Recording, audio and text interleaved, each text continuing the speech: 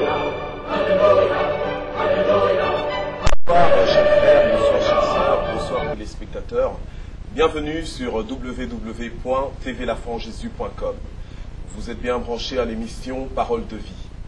Et aujourd'hui nous avons un invité spécial, c'est le prophète Ngawala Francis qui nous vient de Kinshasa, que nous allons recevoir et nous allons discuter avec lui, nous entretenir avec lui sur sa conversion, sur son ministère, l'aspect de son ministère, l'impact de son ministère, et particulièrement comment naviguer dans le surnaturel. Voilà, alors donc je vais vous inviter de vous incliner dans la prière avec moi. Nous allons recommander ce moment au Seigneur afin que ce soit un moment béni par Dieu. Alléluia. Seigneur notre Dieu, nous te remercions encore pour cette soirée et nous te prions de conduire toutes choses. D'inspirer encore ce moment, Seigneur, qu'au travers de cette émission, que tu bénisses toutes les personnes qui regardent et qui regardent cette émission et qui veulent recevoir quelque chose de ta part. Vraiment que tu étends ta main, que tu rassasies ton peuple à souhait. Ton peuple a soif d'entendre ce que tu as à dire au travers de cette émission aujourd'hui, Parole de vie. Vraiment, merci encore pour l'opportunité que tu nous donnes de recevoir le prophète Francis Ngawala parmi nous. Vraiment que tu puisses le bénir aussi au nom de Jésus-Christ. Amen. Gloire à Dieu. Prophète Ngawala, bienvenue. Merci. Bienvenue en Belgique. Merci, pasteur Michel. Donc vous êtes situé au Congo. C'est là que vous faites votre ministère. Quand on parle du Congo, il faut préciser Congo de la République démocratique. Ok, Congo-Kinshasa. Hein? Congo-Kinshasa. En tout cas, c'est un grand honneur de vous recevoir ici sur le plateau aujourd'hui. Et je crois vraiment que le Seigneur va vous utiliser pour nous bénir tous. Et il y a des gens qui regardent d'ici en Belgique, mais il y en a aussi qui regardent un peu partout au travers de ce monde.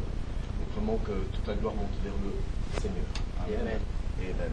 Et donc en fait, quand on vous présente en disant prophète Ngawala, à quoi doit-on s'attendre? Je bénis d'abord le Seigneur pour cette question.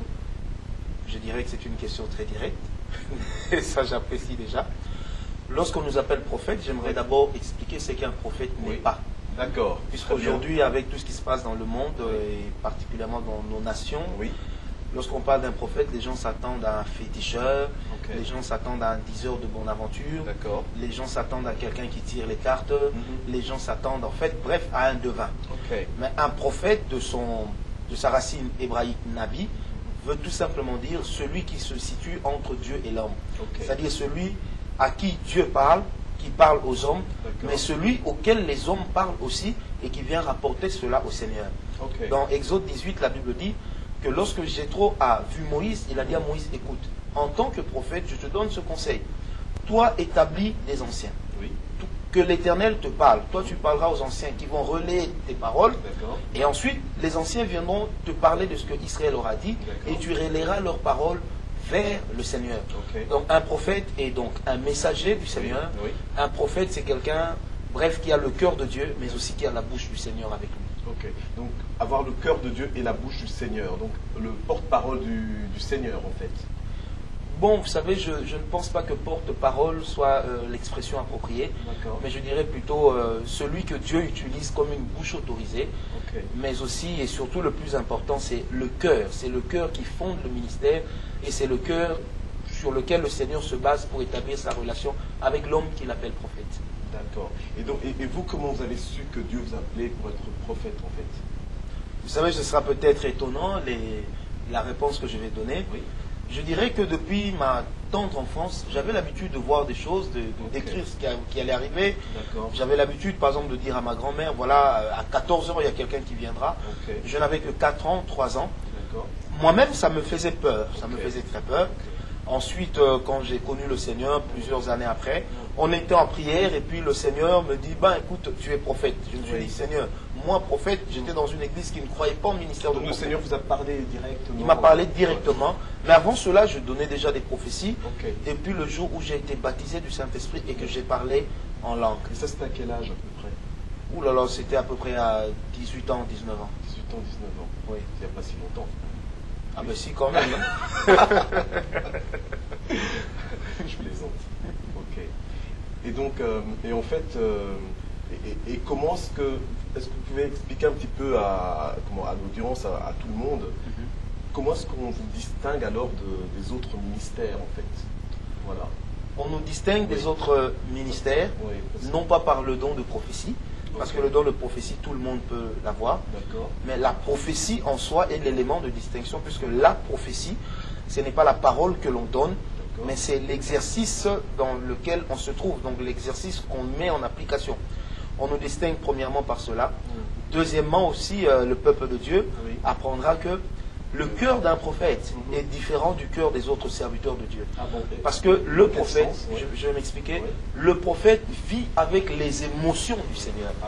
Vous savez, lorsque nous libérons une parole de Dieu, nous ne la libérons pas pour épater ceux qui nous suivent, mais nous la libérons avec une émotion. C'est comme ça qu'on peut prophétiser en train de pleurer. Vous allez remarquer, par exemple, Esaïe, le Seigneur lui a demandé une fois de se dévêtir et de se promener comme ça en Israël. Parce que derrière ce qu'il faisait, le Seigneur voulait transmettre un message. Un prophète est différent des autres ministères parce que la vie que mène un prophète, c'est également le message que le Seigneur lui a donné. Donc le message d'un prophète, loin de se trouver dans sa bouche, se trouve d'abord dans son style de vie. Et c'est vrai que moi, vous connaissant, bon, je peux confirmer que vous êtes vraiment un homme de Dieu. Amen. Que j'apprécie énormément. Gloire au Seigneur. Mais, je veux dire, est-ce qu'il y a des gens qui ont confirmé avant que... comment est-ce que vous avez cette assurance, en fait, pour commencer, pour vous lancer dedans? Voilà. Vous savez, Pasteur Michel, j'ai beaucoup lu Josué 1. Avant de me lancer, Josué 1, tout le chapitre. Et une chose m'épate dans Josué 1. Vous allez remarquer que le Seigneur répète 3 ou 4 fois en disant à Josué, mon fils, prends courage. Vous savez, le fait de savoir que l'on possède une chose, c'est bien. Mais avoir le courage de l'assumer, surtout que vous étiez, en ce moment-là, on était dans une église qui n'acceptait pas les prophètes, qui voyait dans les prophètes des charlatans, qui voyait dans des prophètes des mendiants, s'il faut le dire ainsi.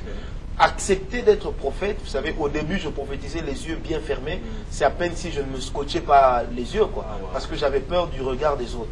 Mais au fur et à mesure que je parlais et que les gens confirmaient ce que je disais et que la présence de Dieu était là en action, alors le courage est entré en moi. Bref, j'ai usé de courage et de confiance envers Dieu. Et j'ai parlé, et voilà, je fais du chemin. Et là, je voudrais... Vous avez fait du chemin, donc c'est pas venu du jour au lendemain. Non, c'est pas venu du jour au lendemain, parce que je voudrais également prévenir nos téléspectateurs, c'est que même jusqu'à aujourd'hui, à chaque fois que le Seigneur me donne un message, je sens le poids de la responsabilité plus que le poids du privilège. Et je le vois. non, franchement. Gloire au Seigneur. Et je voulais dire, et en fait... Qui vous a aidé? Qui vous a aidé à aller dans cette direction? Parce qu'il y a quand même des gens qui vous ont encouragé. Il y a des gens d'impact, des personnes clés qui vous ont aidé à aller vers ça. Qui vous a nourri dans cette direction. Vous savez, le ministère de prophète est un ministère compliqué. Parce que c'est le seul ministère qui n'est empouché que par un autre ministère du même type. Un prophète ne peut pas être ordonné par un pasteur. Un prophète est ordonné par un autre prophète. Mais pourtant, vous-même, vous êtes pasteur aussi. Je suis pasteur d'une église en fonction, mais je dirais provisoirement. Le temps d'asseoir l'église, je nommerai un autre pasteur selon que le Seigneur me dira. Je nommerai un autre pasteur et moi je préfère rester dans le ministère de prophète puisque le ministère de prophète est un don que le Seigneur a fait à l'église. Et je préfère travailler dans ce ministère don. Donc je disais que lorsque j'ai accepté d'assumer cette responsabilité de prophète comme tel, j'ai eu autour de moi des amis qui m'ont aidé et surtout des amis qui m'ont encouragé. Parce que je crois, peu importe ce que l'on est, on a toujours besoin de quelqu'un pour vous encourager. Bien sûr. Vous allez remarquer que même Jésus-Christ de Nazareth a eu besoin que Marie lui dise, écoute, il manque le vin. Jésus lui a dit, ce n'est pas encore mon heure. Mais Jésus a quand même transformé l'eau en vin. On peut se poser la question, mais comment dit-il que ce n'est pas son heure? Mais il fait quand même le miracle. Parce que Jésus était heureux de savoir qu'il y avait quelqu'un qui croyait en lui. Et ceux qui ont cru en nous ont encouragés. Et essentiellement, c'était les amis. Voilà. Et c'était des amis qui n'avaient pas forcément le même don. Donc, qui n'avaient pas forcément le même don. Mais qui reconnaissaient la main de Dieu, des amis avec lesquels nous avions fait du chemin, qui nous ont vu évoluer déjà avec le don de prophétie, le don de parole de connaissance, le don de la parole de sagesse. Et lorsqu'on leur a dit, écoutez, le Seigneur nous a dit que nous sommes prophètes, bon, ils n'ont pas douté une seule fois, ils ont dit, bon, écoute, allez-y, on sera avec vous. Le combat est venu de l'église, le combat est même venu de la famille. Je revois encore mon père d'ici me dire, mais petit, il n'y a pour prophète que Moïse. Mais vous savez, pasteur Michel, c'est extraordinaire. Mon père n'a eu que des garçons dans sa vie. Nous sommes nés à 6 garçons. Et ce jour-là, mon père était âgé d'une 60aine d'années, je crois d'une 50aine d'années. Je lui ai dit, papa, tu sais pourquoi tu n'as eu que des garçons? Il me dit non. Je lui ai dit, écoute, en 1963, en 1953, tu avais 12 ans. Tu avais vu telle chose, telle chose, telle chose. Tu étais avec telle personne qui est aujourd'hui ministre dans le gouvernement du Congo. Et lorsque tu as vu ce tableau, tu t'es dit, moi je ne veux pas avoir de filles, je ne veux avoir que des garçons. Et ce jour-là, tu avais dit, Seigneur, si tu me donnes que des garçons, un de mes garçons sera prêtre. Et je lui ai dit, aujourd'hui le Seigneur vient d'exaucer ta prière. Je l'ai vu pleurer, il m'a regardé dans les yeux, il m'a dit, petit, vas-y, sers Dieu, je serai avec toi. Amen. Parce que dans le ministère prophétique, il doit y avoir l'évidence de ce que le Seigneur a mis en nous. Et Dieu a fait grâce. Wow. Amen, gloire au Seigneur. Gloire au Seigneur. Et donc, en fait, le message que vous apportez alors, c'est quoi en général? Est-ce qu'il y a toujours un thème qui se retrouve dans votre message? Exact. C'est quoi ce thème? Vous savez, j'ai un thème qui se retrouve, ou je dirais même, j'ai 2 thèmes qui se retrouvent dans tous les messages que je prêche. Le premier, c'est de dire aux gens que la relation avec le Seigneur vaut plus que tout. Seigneur Jésus. Avec le Seigneur Jésus, ça vaut plus que tout. La relation avec le Seigneur Jésus par le Saint-Esprit, ça vaut plus que tout. Et là-dedans, nous retrouvons des éléments clés tels que la sanctification, tels que l'intimité avec Dieu et tels que l'intimité avec la parole de Dieu. Le deuxième message que nous apportons à l'Église, qui est un message fort, c'est celui de dire à l'Église qu'il est temps que l'Église parle d'une voix et il est temps que l'Église prenne les choses en main. Vous allez remarquer que, permettez-moi de le dire, dans Romains 8, verset 19, la Bible dit que la création attend et gémit après la révélation des fils de Dieu. On ne dit pas que la créature gémit, mais on dit que c'est la création qui gémit. C'est-à-dire, la différence qu'il y a entre la créature, c'est que dans la créature, vous avez essentiellement l'être humain. Mais dans la création, vous avez tout ce qui est inanimé. En fait, la Bible veut nous dire, et c'est ce que je dis à l'Église, à l'Église du monde entier. Je leur dis, vous savez, en tant qu'enfants de Dieu, le monde est en train d'attendre la révélation. C'est-à-dire que nous, en tant que fils de Dieu, nous devons prendre les choses en main. Nous devons influencer la politique, nous devons influencer le domaine économique, le domaine financier. Les chrétiens doivent créer des lobbies forts, capables de pousser d'autres chrétiens au pouvoir. Et capables, pourquoi pas, de diriger des grandes nations, des grandes entreprises, des grandes banques. En fait, c'est la vision que nous avons stimulé le chrétien et le poussé à prouver au monde entier que le Dieu que nous servons, c'est le véritable Dieu et que sa puissance ne s'arrête pas qu'à faire marcher les paralytiques, mais aussi à établir un gouvernement chrétien fort. Ok, amen, gloire au Seigneur. Mais dites-moi, bon, évidemment, moi je vous connais, on est fort proches, mais ceux qui ne vous connaissent pas, qui vous regardent de loin, ils doivent peut-être se demander est-ce que lui, il est un prophète, là ils viennent d'avoir la définition, les explications, ils doivent se demander, oui, mais est-ce qu'il est comme nous, est-ce qu'il mange comme nous, est-ce qu'il dort comme nous? Je veux dire, comment est-ce qu'il arrive à être sensible au Saint-Esprit? Comment est-ce que vous arrivez à entendre la voix de Dieu aussi clairement? Comment est-ce que vous arrivez à recevoir en fait de Dieu? Vous savez, pasteur Michel, je crois que si je voudrais répondre profondément à cette question, mais allez-y profondément. Il me faudrait plusieurs émissions de plusieurs années. D'accord. Parce que là, je parlerai de toute une vie. Vous savez, premièrement, je suis un homme. Et le Seigneur, quand il m'a appelé, il m'a dit, tu sais Francis, tu es un homme. Tu es un homme comme tous les autres hommes. Mais tu es un homme en qui le surnaturel habite. Et par toi, je voudrais montrer aux hommes que c'est possible que je fasse avec un homme des choses extraordinaires. Donc je suis un homme qui mange, un homme qui boit, qui prend de l'eau, un homme qui a faim, qui a soif, qui est marié, qui est père de 4 enfants, vous vous rendez compte? Gloire au Seigneur. Donc je suis un homme comme tout le monde, mais au-delà du fait d'être un homme, j'exerce en tant que prophète, mais la prophétie pour moi, ce n'est pas seulement un exercice dans lequel je me retrouve, mais c'est toute une vie. C'est-à-dire, en anglais on dit « practice makes perfect ». C'est-à-dire, au fur et à mesure que je pratique ce que je fais, cela devient une vie en moi et je perfectionne les talents que le Seigneur a déposés en moi. Comment j'entends la voix de l'Esprit? C'est simple.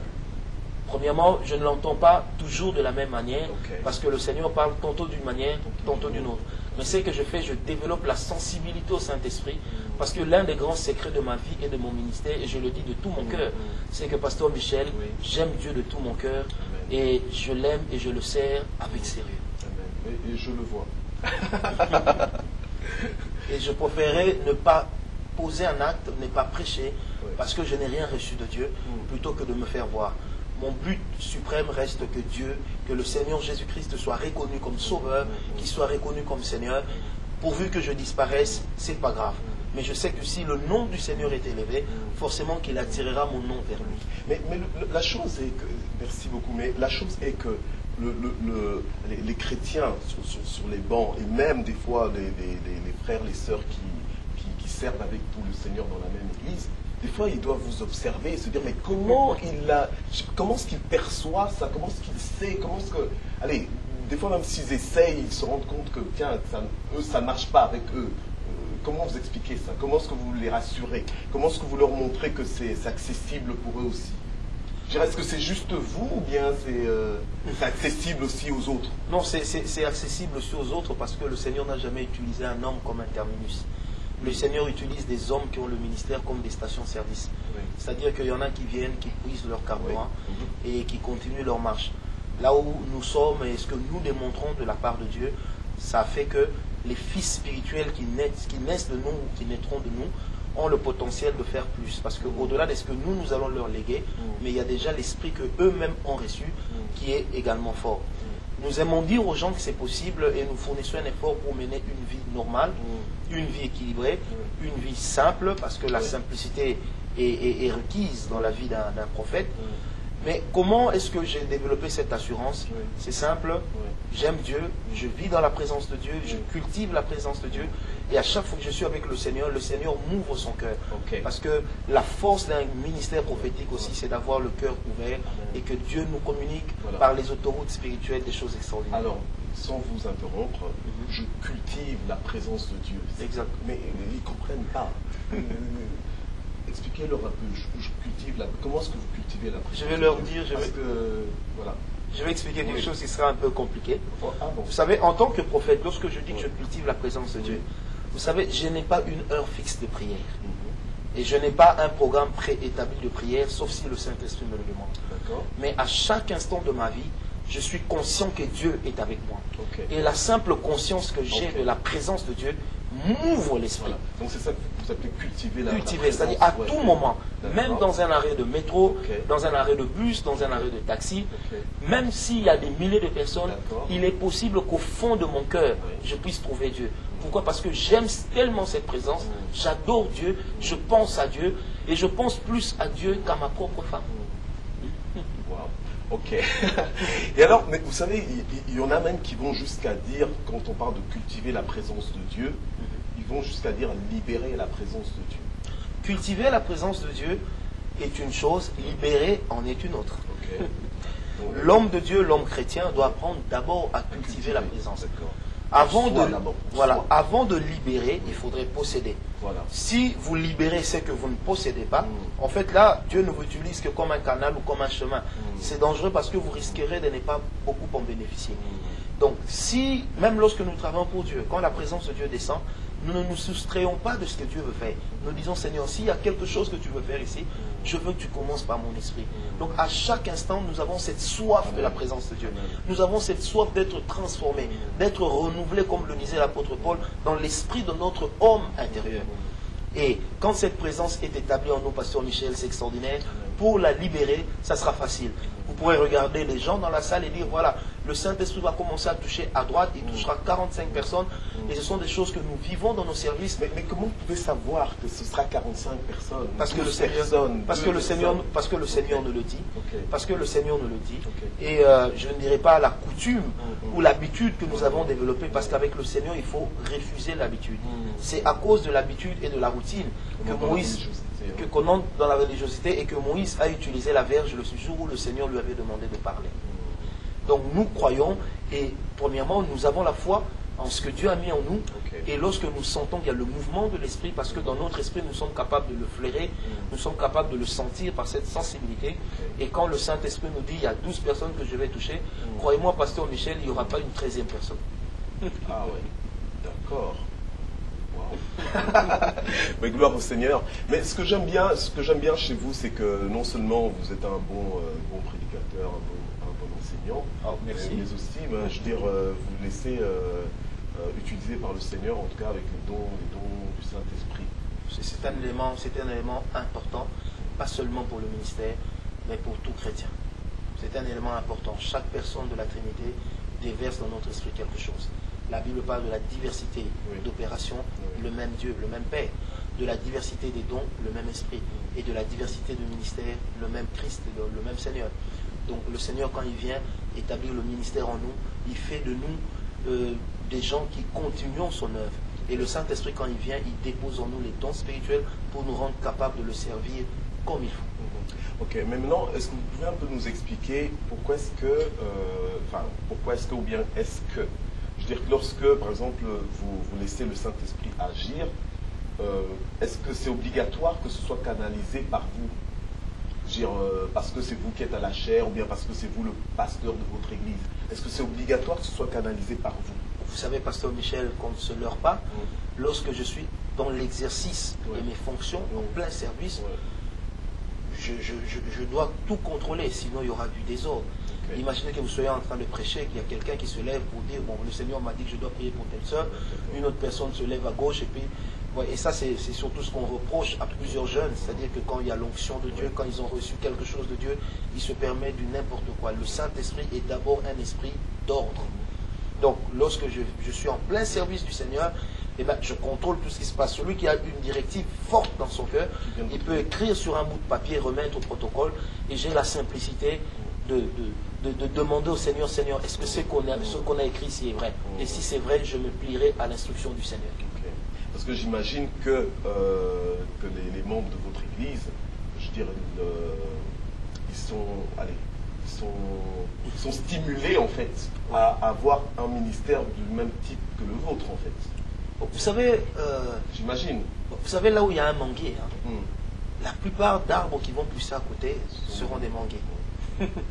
Donc c'est normal que le type de ministère que j'ai puisse accoucher de plusieurs ministères de même type. C'est tout à fait normal. Mais je dis toujours à mes fils spirituels, à ceux qui marchent avec moi, prenez-moi comme exemple, je suis d'accord. Mais à un certain niveau, vous devez aller au-delà de ma personne. Vous devez franchir des murailles au-delà de ce que moi j'ai connu. Et c'est là que, vous savez, quand les fils que vous engendrez ne vous dépassent pas à la fin de leur vie, c'est un problème. C'est qu'ils ont échoué. Le problème de tout leader, c'est d'avoir des successeurs qui sont capables d'aller au-delà des limites que lui a connues dans sa vie. Alors, gloire au Seigneur pour votre cœur, parce que... Non, gloire au Seigneur pour votre cœur, parce que c'est un cœur de père. C'est vraiment un cœur de père, parce qu'en général, les pères ne rivalisent pas avec leurs fils. Voilà. Ne rivalisent pas avec leurs enfants. Et je crois que c'est vraiment bien que vous ayez cette disposition de cœur à promouvoir. Ce sont les fils qui feront notre gloire de même. Vous savez, il y a quelque chose qui m'a toujours impacté dans les Écritures. Lorsque vous lisez l'histoire de la passation de pouvoir qu'il y a eu entre le sacrificateur Élie et le prophète Samuel, c'est extraordinaire. Samuel avait tout de suite, Élie avait tout de suite compris que ce jeune homme, le Seigneur est en train de lui parler. Mais il ne lui a pas barré la route. Il lui a dit, si cette voix t'appelle encore, tu répondras, me voici, ton serviteur écoute. Mais de nos jours, la plupart des pères diraient, petit, va m'acheter du pain.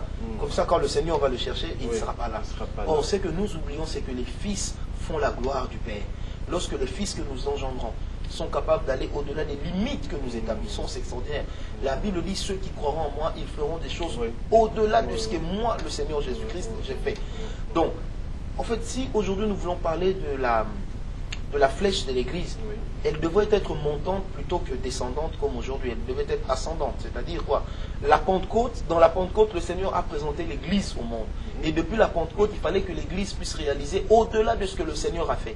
Mais nous sommes tellement omnibulés par le modernisme, nous sommes distraits par tout ce qui se passe, par les factures que nous avons à régler, par toutes ces choses, que nous oublions que le Seigneur lui-même s'est établi en termes de ministère comme étant le fondement. Et on ne peut pas aller en dessous du fondement. On doit bâtir sur le fondement et à partir du fondement aller plus haut. Et je sens cette onction en moi et je voudrais parler à l'église qui me suit. Vous savez, je voudrais vous dire, c'est possible dans des temps comme ceci de vivre des choses desquelles la Bible n'a pas parlé. Mais des choses qui se trouvent pourtant dans les Écritures seulement sous le label de la diversité d'opérations. C'est-à-dire que le Saint-Esprit, le Seigneur Jésus, le Père, est élevé lorsque il agit dans la diversité. Et dans toute cette diversité, il y a une gloire formidable que le Seigneur s'apprête à déverser dans l'Église. Non pas seulement dans l'Église de cette nation, non pas seulement dans l'Église de la RDC, mais dans l'Église du monde entier. Le Seigneur est en train d'élever, permettez-moi de le dire puisque le Seigneur me le dit, il est en train d'élever en ces temps-ci des perles rares, mais des perles qui doivent être sanctifiées afin que leur mode de vie soit le reflet de ce que le Seigneur est, mais aussi par les actions qu'ils vont poser, qu'ils soient le reflet de ce que le Seigneur est capable de faire. Puissant dans le mode de vie, mais aussi puissant en parole et en œuvre. Et je crois que dans des temps comme ceux-ci, le Seigneur, dans plusieurs coins du monde entier, il est en train d'élever des hommes qu'il utilisera comme des voix pour sa puissance, comme des porte-paroles, comme des gens qui vont parler sa voix.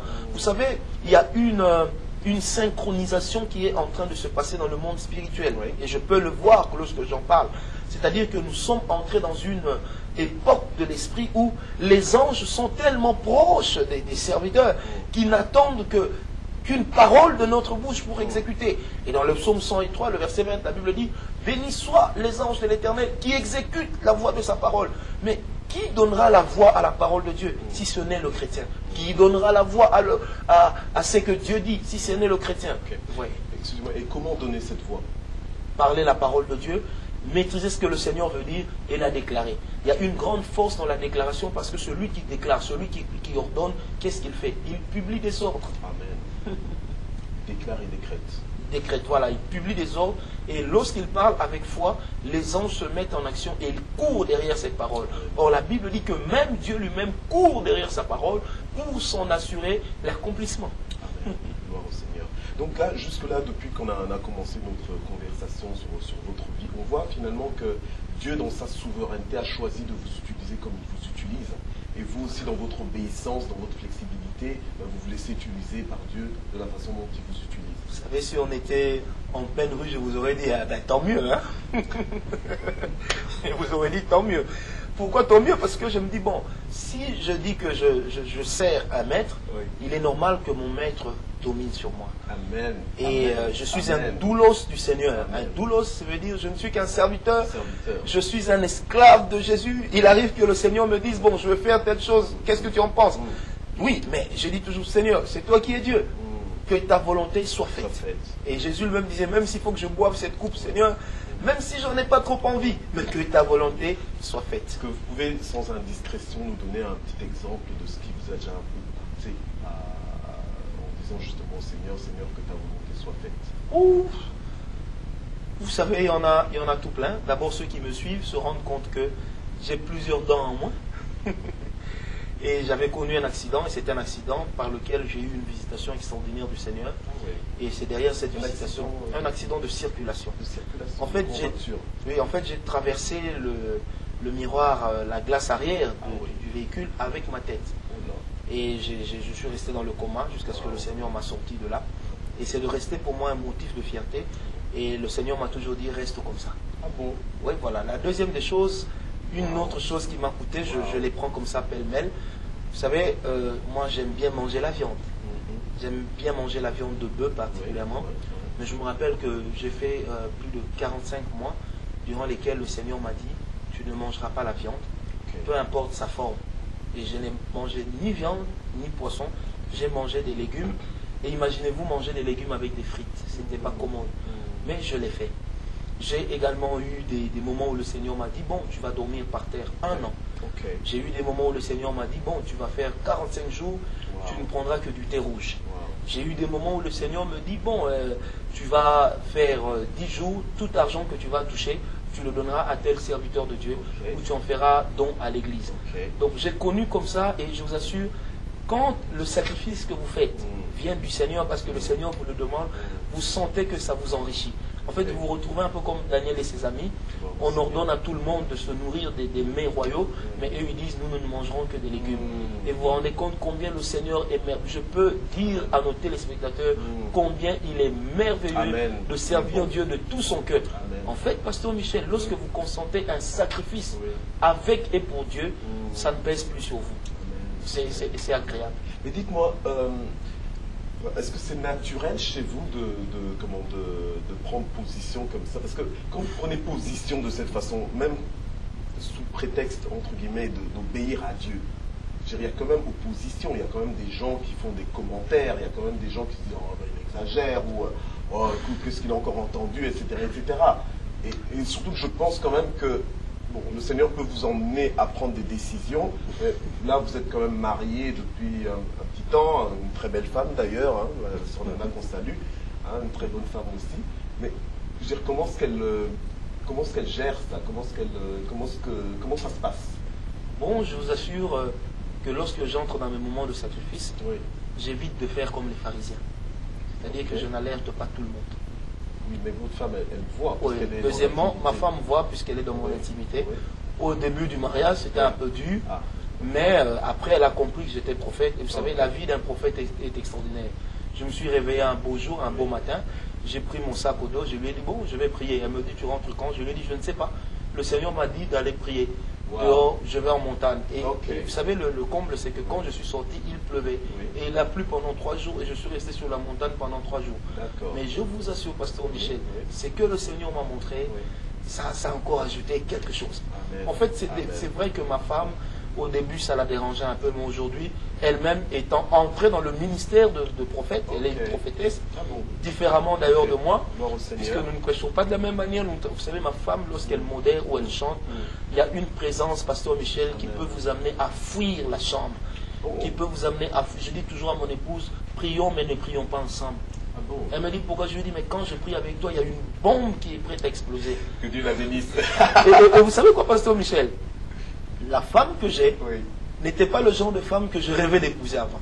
On va en prière avec un ami, le prophète, et parfois, ce que je salue, le Seigneur me dit, le Seigneur me montre ta femme, elle est mince, elle est... Je dis, mais moi je ne veux pas d'une femme mince. Le Seigneur me dit, elle te rendra heureuse. Amen. Et elle va compléter à ton ministère ce qui manque. Amen. Et je vous assure, aujourd'hui, je suis un homme comblé. Parce que ministériellement, lorsque ma femme prêche, lorsqu'elle modère, elle conduit des cultes, Mamma mia, vous sentez que Dieu est là. Vous n'avez pas envie d'arrêter. Je me rappelle même d'un frère une fois qui m'a dit, mais prophète, vous savez quand votre femme conduit le culte, des fois on n'a pas envie que vous prêchiez. Ouh là là. Ça peut arriver, ça peut arriver. C'est merveilleux. Obéir à Dieu est une chose formidable. Et vous savez, je voudrais le dire, puisque nous parlons d'obéir à Dieu. Lorsqu'on obéit au Seigneur, il arrive que des fois le Seigneur nous demande des choses qui paraissent simples, qui paraissent futiles, mais derrière lesquelles le Seigneur accorde et attache tout son cœur. Et le fait seulement d'obéir, c'est bon. Vous suivez un film merveilleux, puis vous sentez dans votre cœur que vous devez aller prier. Vous vous sentez à la fois fatigué, mais obéissez. Et il arrive que vous entrez dans votre chambre, vous vous mettez à prier, vous sentez qu'il n'y a rien d'extraordinaire. Mais vous avez obéi, et derrière cette obéissance, quelque part, vous êtes déjà en train de naviguer dans le surnaturel. Amen, amen, gloire au Seigneur, gloire au Seigneur. Et qu'est-ce que vous pouvez répondre à ceci? Qu'est-ce que vous pensez qui vous aide en fait à ne pas prendre la gloire sur vous? Parce que bon, moi je connais, je vois votre ministère, je vois la façon dont le Seigneur vous utilise, la façon dont il se manifeste aussi au travers de votre ministère. Alors comment vous faites parce que bon, quand on vous approche, parce que de loin, les gens peuvent se dire ah il est ceci, oui, il est cela, mais quand on vous approche, on voit réellement que non, que c'est un homme humble, un homme en plus tendre et tout ça, affectueux. Mais alors, oui, mais comment vous faites? Je sais quoi le secret en fait? Le secret, je l'ai dit, je l'ai évoqué tantôt. Lorsque le Seigneur m'a appelé au ministère, la première des paroles qu'il m'avait dit, il dit Francis, tu dois rester un homme normal. Mais un homme en qui la grâce habite, un homme en qui le surnaturel habite. Vous savez, pasteur Michel, un paralytique peut marcher, un aveugle peut voir. Avant que je ne vienne ici à Bruxelles, je suis venu un dimanche. Le même dimanche matin, j'ai pris mon vol le soir. On nous a amené à l'église une fille qui ne voyait plus. Et on a prié sur place, elle a recouvert la vue. Amen. Mais après cela, les gens avaient peur de me saluer. Ils pensaient que bon, en me saluant, ils auraient salué Dieu. Et moi, je me suis rapproché d'eux, j'ai dit non, je ne suis qu'un homme. Oui. En fait, c'est pour dire que lorsque le Seigneur fait quelque chose, dans mon cœur, je me dis, Seigneur, si tu me donnes le privilège de vivre ces choses, Seigneur, c'est que c'est une lourde responsabilité. Au-delà du privilège que tu me donnes, Seigneur, qu'est-ce que tu me demanderas? Et à tout moment de ma vie, je suis conscient que ce n'est pas moi qui travaille. Je suis conscient que ce n'est pas ma parole que je prêche. Je suis conscient que ce n'est pas mon onction que je porte. Mais c'est le ministère de Dieu dans lequel je travaille. Je suis un employé du Seigneur. C'est la grâce de Dieu que je démontre, c'est l'onction de Dieu. En fait, tout ce que je suis, tout ce que j'ai a un propriétaire. Et ce propriétaire s'appelle Jésus-Christ. Jésus. Et je crois que c'est vraiment ça qui vous maintient, hein, parce que vous êtes au pied du Seigneur, vous savez que votre relation avec le Seigneur est primordiale sur votre ministère, n'est-ce pas? Ma relation avec le Seigneur vaut plus que ma vie. Et j'ai toujours dit au Seigneur, plutôt mourir que de t'abandonner. Je ne voudrais pas faire de vœux insensés, mais je suis conscient de ce que je dis et je dis souvent au Seigneur, Seigneur, si tu me vois vouloir aller à gauche, vouloir aller à droite, Seigneur, s'il te plaît, retiens-moi. Et si je suis trop aveugle, trop sourd, trop muet pour ne pas entendre, pour ne pas voir, si je devenais comme Balaam, Seigneur, s'il te plaît, je préférerais que tu m'enlèves de la terre, que j'aille vivre avec toi, que tu emmènes mon esprit dans le repos, que j'attende ensemble avec tous les saints décédés l'avènement de Christ, plutôt que de faire la honte de ce Seigneur que j'aurais servi avec tellement de fierté. Bon Seigneur. Et là, votre ministère, en fait, c'est la vision de votre ministère, parce qu'elle est très claire quand même, c'est laquelle? C'est quoi? La vision de notre ministère, d'abord, ça s'appelle la voix de la puissance divine. Okay. Ça veut dire que nous sommes des porte-paroles de la puissance de Dieu. Et nous l'avons tiré dans le psaume 29, à partir du verset 6. La Bible dit, la voix de l'Éternel est puissante. Elle fait même enfanter la biche. Nous disons, au travers de nos bouches, nous donnons une voix à ce que Dieu veut faire. Tout simplement. Ok. Et concrètement, parce que vous avez un site internet, c'est lequel? Nous avons un site internet, c'est Ngawala Ministries, ngawalaministries.net. Nous sommes également joignables sur Facebook dans l'adresse Francis Ngawala. Donc Francis Ngawala, c'est mon adresse personnelle. Ou encore, vous allez prendre l'adresse Parole de foi sur Facebook. Nous sommes également sur Twitter, sur YouTube. Vous allez trouver nos enseignements. Si vous frappez sur votre clavier, prophète Francis Ngawala, ou Ngawala Francis, prophète, vous allez avoir certains de nos images et certains de nos messages audio sur YouTube. Et nous sommes également, pour le moment, nous sommes en Belgique et aussi joignables ici. Gloire au Seigneur. Vous avez un numéro de téléphone où on peut vous joindre? J'ai un numéro de téléphone que je n'ai pas mémorisé. Ok, d'accord. Pas de souci. De toute façon, sur Facebook, ils peuvent toujours vous retrouver, vous contacter, vous envoyer un message bien précis, n'est-ce pas? Et nous allons répondre. Nous sommes aussi sur mail, Francis Ngawala, en un seul mot, @yahoo.fr. Okay. Alors, il y a une spécificité dans votre ministère aussi, c'est les grands jeunes. Oui. Les grands jeunes. Alors, j'ai l'impression que c'est vraiment quelque chose, hein, c'est un aspect de votre ministère qui vous tient à cœur. Parce que j'ai l'impression que quand c'est les grands jeunes, les réunions de grands jeunes, j'ai l'impression que vous remuez ciel et terre. Et j'ai été dans votre église, il y a beaucoup de jeunes qui aiment vraiment le Seigneur, on sent la sincérité pour Dieu. Et ça, j'ai beaucoup aimé. Et c'est venu comment, ces réunions-là de grands jeunes? Pourquoi les grands jeunes d'abord? Il y a les petits jeunes, il y a... En 2002, oui. Le Seigneur nous avait dit que le diable était fortement en train de combattre les mariages chrétiens, oui. Et particulièrement les mariages des serviteurs de Dieu. C'est vrai. En 2002, le Seigneur nous avait donné la mission de faire obstruction, oui, à ce que le diable était en train de faire. Deuxièmement, nous appelons ça grands jeunes parce que nous nous adressons aux jeunes d'une certaine catégorie d'âge, les filles âgées de 16 ans et plus, okay, les garçons âgés de 18 ans et plus, et nous traitons essentiellement des questions qui ont trait au mariage, qui ont trait aux fiançailles chrétiennes pures, voilà, et afin de préparer un mariage bien réussi. Parce que la plupart des gens échouent dans le mariage parce qu'ils prient, mais ils ne sont pas suffisamment enseignés. Lorsque vous entrez dans le mariage, ça n'a rien à voir avec les fiançailles. Et notre rôle en tant que serviteur de Dieu, c'est de prévenir les jeunes. D'abord, ils ont la grâce de recevoir Dieu, de connaître le Seigneur Jésus étant jeunes. Donc, il est impératif de pouvoir les enseigner afin qu'ils gardent. Il y a un vieux dicton chinois qui dit « Si vieillesse pouvait et si jeunesse savait ». Or, nous nous disons « Si la jeunesse sait, eh bien, elle pourra ». Elle pourra. Amen. Elle pourra. Gloire au Seigneur. Mais vraiment que Dieu vous bénisse pour cet aspect de votre ministère. J'ai déjà eu l'occasion de vous suivre d'ailleurs via Skype. Via Skype. Je ne sais pas si vous continuez encore de le faire. Nous sommes toujours sur Skype. PD fois 1. C'est ça notre pseudonyme. PD fois 1. Ok. Ça, franchement, c'est vraiment bien. Je vous encourage. Et ce que j'ai beaucoup aimé aussi, c'est l'aspect pratique. Hein. Parce que, bon, l'aspect pratique, parce que vous prêchez, mais aussi vous donnez des exemples concrets, pratiques. Et ça, je pense que des fois, on a tendance à tout spiritualiser. Hein. Voilà. Et en plus, venant de votre part, moi, je trouve ça bien. Surtout que la plupart d'entre nous, nous avons déjà amené les chrétiens au ciel pendant qu'ils sont encore sur terre. Tout ce qui reste aujourd'hui, c'est d'avoir des chrétiens qui vont s'enfermer attendant que Christ revienne. Et là, ils risqueront de mourir de faim et de soif. Or, en tant qu'Église sur terre, nous devons exercer déjà notre domination. Parce qu'au ciel, nous allons exercer la domination sur qui? Voilà. Non, et racontez-moi un peu, parce que je me souviens encore à l'époque, quand vous commenciez l'église à Kinshasa, c'est quand même parti de rien. Et même sur Facebook, les gens peuvent voir des photos, à quoi ressemblait l'immeuble avant. Et je veux dire, c'est vraiment... allez, vous êtes parti En fait, on a transformé une poubelle en une salle d'église. Une poubelle, je dis bien une poubelle, les photos sont sur Facebook. On a transformé une poubelle. C'était un bâtiment brûlé? En fait, c'était un bâtiment brûlé, d'abord pillé, brûlé, avec des immondices de plus de 4 mètres. Il y avait des rats énormes, je pense qu'ils pouvaient peser même 30 kilos. Allez voir, on croirait des chats. Lorsqu'on a vu l'endroit, on s'est dit, ça y est, on va commencer ici. Les gens ont dit, mais prophète, j'ai dit non, le Seigneur m'a dit, on va commencer ici. Ils m'ont dit, pourquoi ici? J'ai dit, parce que c'est Kitambo. Et pourquoi Kitambo? J'ai dit, parce que la ville de Kinshasa est née à Kitambo. C'est le Poul Malebo, la ville de Kinshasa est née à Kitambo. Et à cause du symbolisme de l'endroit, nous allons commencer ici et à partir d'ici, nous allons conquérir toute la ville. Amen. Et ça se passe bien. Mais vous êtes souvent impliqué avec d'autres hommes de Dieu à faire des conférences dans la ville, hein? Oui, pas seulement dans la ville, mais aujourd'hui un peu partout sur ces terres.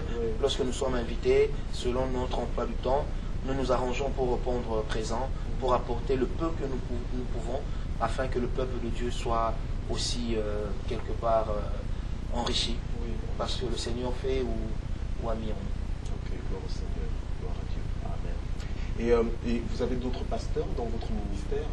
Oui, nous avons d'autres pasteurs. Moi-même, d'autres pasteurs ou d'autres prophètes peut-être même. Moi-même, je suis secondé au niveau du ministère par un professeur d'université, qui est aussi l'un de mes fils spirituels, c'est le professeur Christian Tchongo, qui est professeur de chimie à l'université de Kinshasa et aussi à l'université protestante.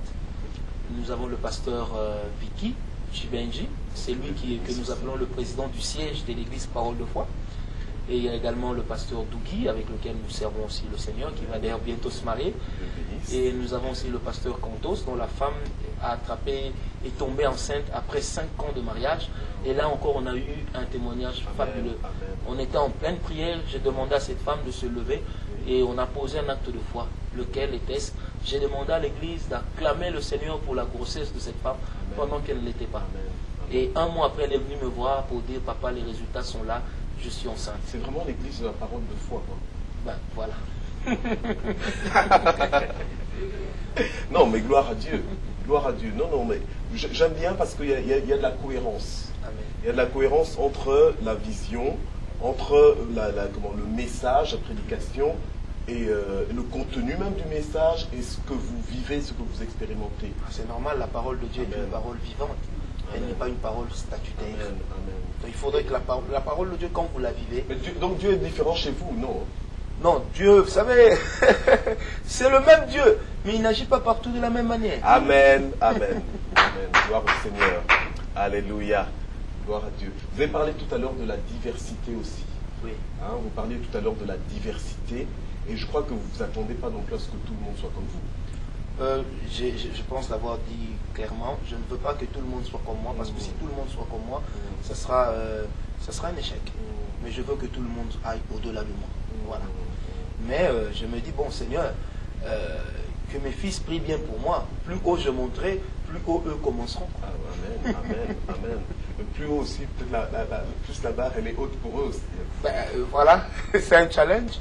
Oui. Et derrière le challenge pour les hommes de foi, vous savez, pour les hommes de foi, les défis sont importants. Oui. Lorsque dans la vie de votre ministère, vous n'avez pas des défis à relever, vous allez tomber dans une léthargie. Il faudrait que vous ayez des défis, parce que ce sont les défis qui font la gloire de l'homme de Dieu. Là où les gens vont voir une muraille, il faudrait que quelqu'un voie une opportunité pour monter. Israël avait vu en Goliath un géant, mais David a vu en Goliath une échelle pour aller vers la royauté. Et alors, quelles sont les influences extérieures en fait qui vous conduisent en fait dans la direction que vous êtes en train de prendre? Quels sont à part la Bible, parce que je sais que vous chérissez la Bible, hein, donc en premier c'est la Bible, mais à côté de la Bible, quelles sont les influences, quels sont les ministères, par exemple, qui ont de l'impact sur vous, en fait? Voilà. Vous savez, j'apprécie, personnellement, j'apprécie plusieurs serviteurs de Dieu. Oui. Dans ce monde, j'apprécie des gens comme le bishop Oyedepo, j'apprécie beaucoup le prophète Ibi Oshua du Nigeria, j'apprécie particulièrement Krefodola, j'apprécie Christoya Kelaome. Dans mon pays, il y en a aussi que j'apprécie, tel que l'archbishop Dieudonné Kageta, j'appréciais le pasteur Jacques Verneau, jusqu'à ce que le Seigneur l'ait repris. J'apprécie tout ce monde. Bon, ce que je cherche à faire, c'est, selon la vision que Dieu m'a donnée, si je retrouve quelque chose en quelqu'un, bon, j'essaie de savoir comment est-ce qu'il a fait pour développer, comment ça marche avec lui. Et je ne dirais pas que si je peux copier, je copie, mais si je peux tirer quelque chose, vous en inspirez, quoi. Je m'en inspire et je ne me gêne pas de le faire parce que je crois que l'expérience compte aussi. Et à côté de la révélation, lorsque vous ajoutez l'expérience, vous grandissez vite. Amen. Amen. Gloire au Seigneur. Gloire à Dieu. Et quel genre de livre vous lisez en général? Ça vous étonnera peut-être, mais je lis plus la Bible qu'autre chose. Oui. Et en termes, quand même de lire un livre, les auteurs, j'ai mes auteurs préférés, oui. Kenneth Hagin, Gwen Cho, Alfred Gwen, particulier, puis le chinois Watchman Nee. Donc ces quatre auteurs, ou ces quatre auteurs sont des auteurs qui m'épatent sérieusement, qui m'instruisent parce que ce sont des docteurs dans la parole, des gens, lorsque vous les lisez, vous êtes en contact avec le surnaturel et c'est formidable. Et donc, et le surnaturel, qu'est-ce qu'il apporte en fait comme différence? Parce qu'il me semble que pour vous c'est essentiel.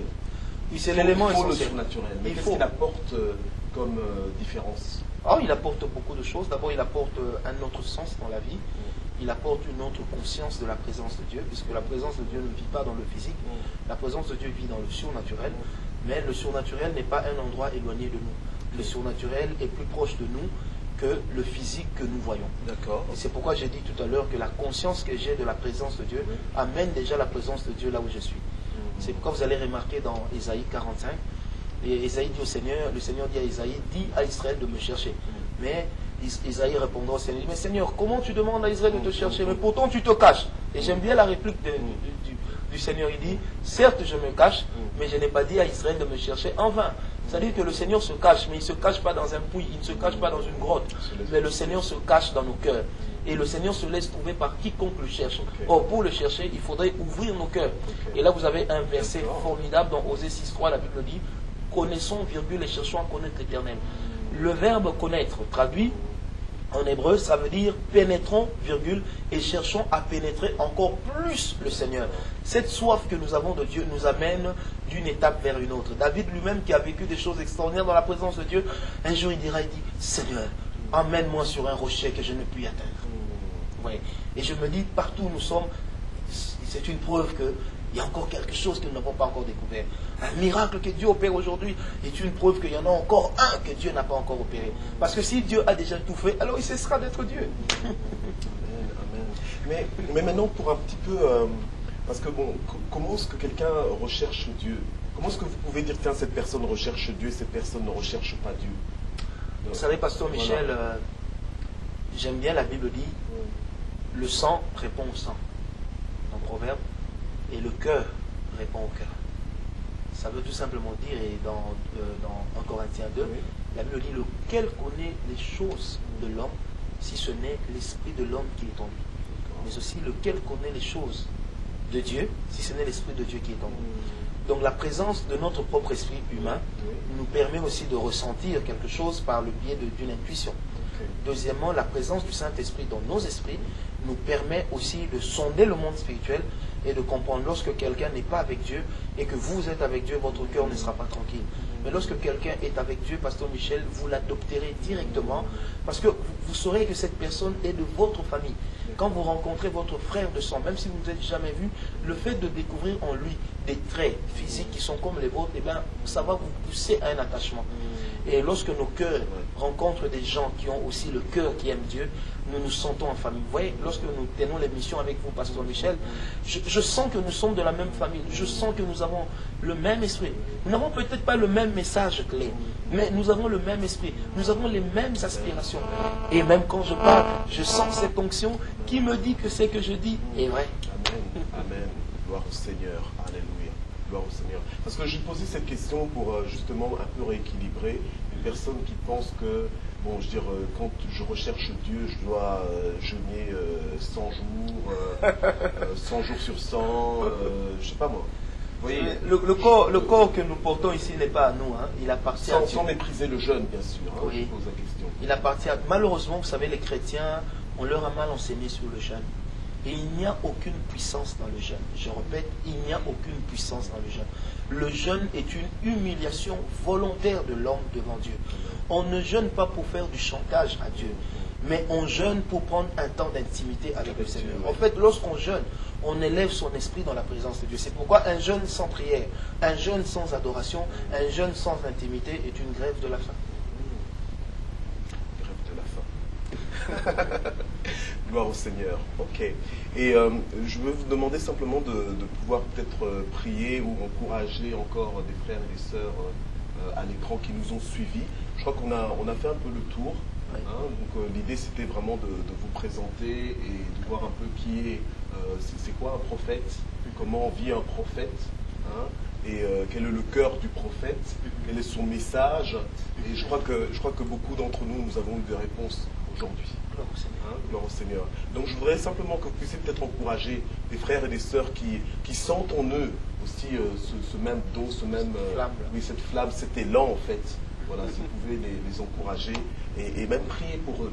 Hein, parce que je me souviens que c'est Élisée qui a prié pour son serviteur, parce que le serviteur est sorti de la maison en disant « Ah, on nous entoure de partout ».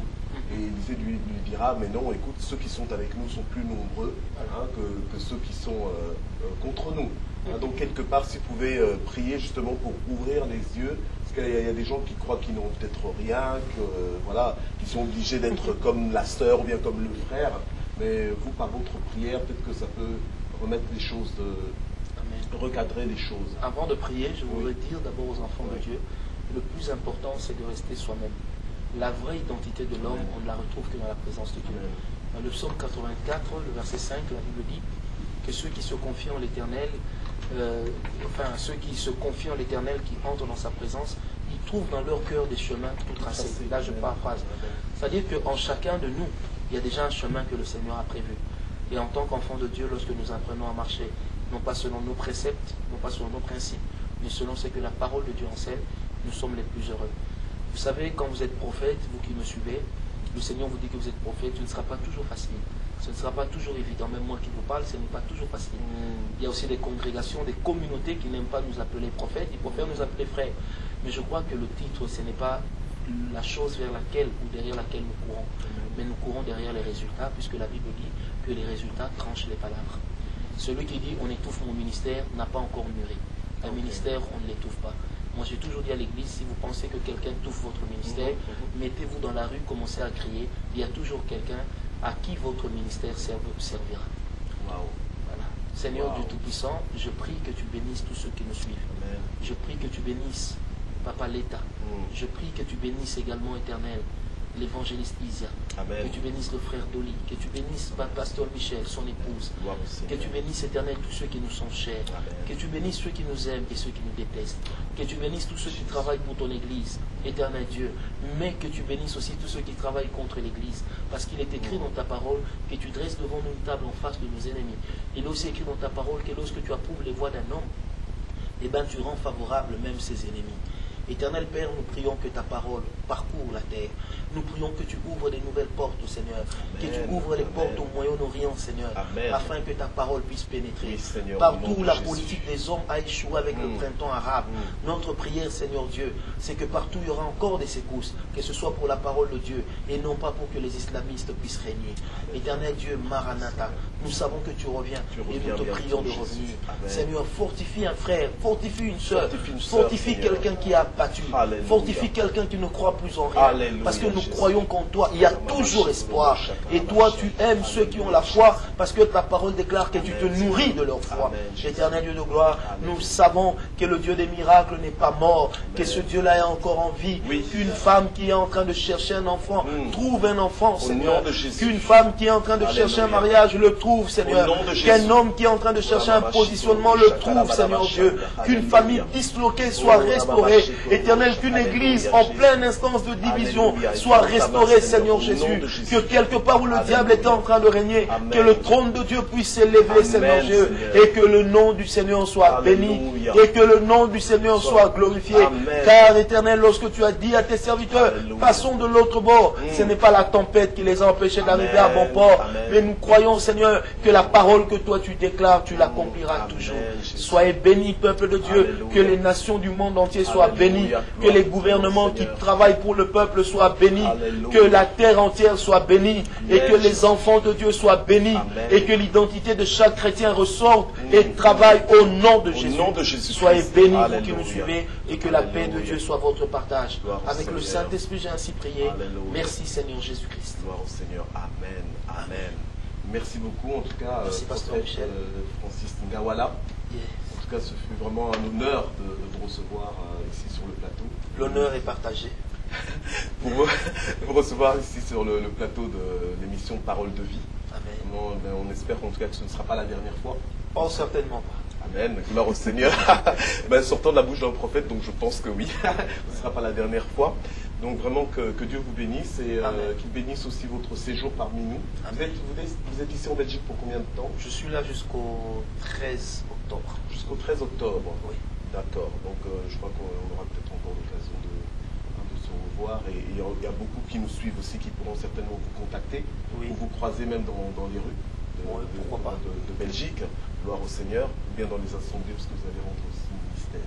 Oui. Vraiment que toute la gloire monte vers le Seigneur. Amen. Et que Dieu bénisse aussi votre église à Kinshasa. Parole de foi. Parole de foi. Que vraiment que Dieu continue de visiter le peuple de Dieu, de bénir et de fortifier le peuple. Et que dans la parole de foi, Dieu bénisse l'écodème. À la place de l'écodime, nous avons l'écodème, école des enfants ministres. Parce que par la déclaration de notre foi, nous créons l'avenir pour nos enfants. Amen. Donc vous êtes un décodeur. Gloire à Dieu. Alléluia. Amen. Bien voilà, nous voici arrivés donc à la fin de cette émission Parole de vie. Nous vous retrouvons samedi prochain sur www.tvlafoinjesus.com, toujours de 20h à 21h, avec moi donc le pasteur Michel Mouyembe de l'église Parole de vie à Libramont-Chevigny en Belgique. Vraiment que Dieu vous bénisse. Aujourd'hui, nous avons une émission avec le prophète Ngawala Francis. Amen. À bientôt. Au revoir. Au revoir. Soyez bénis.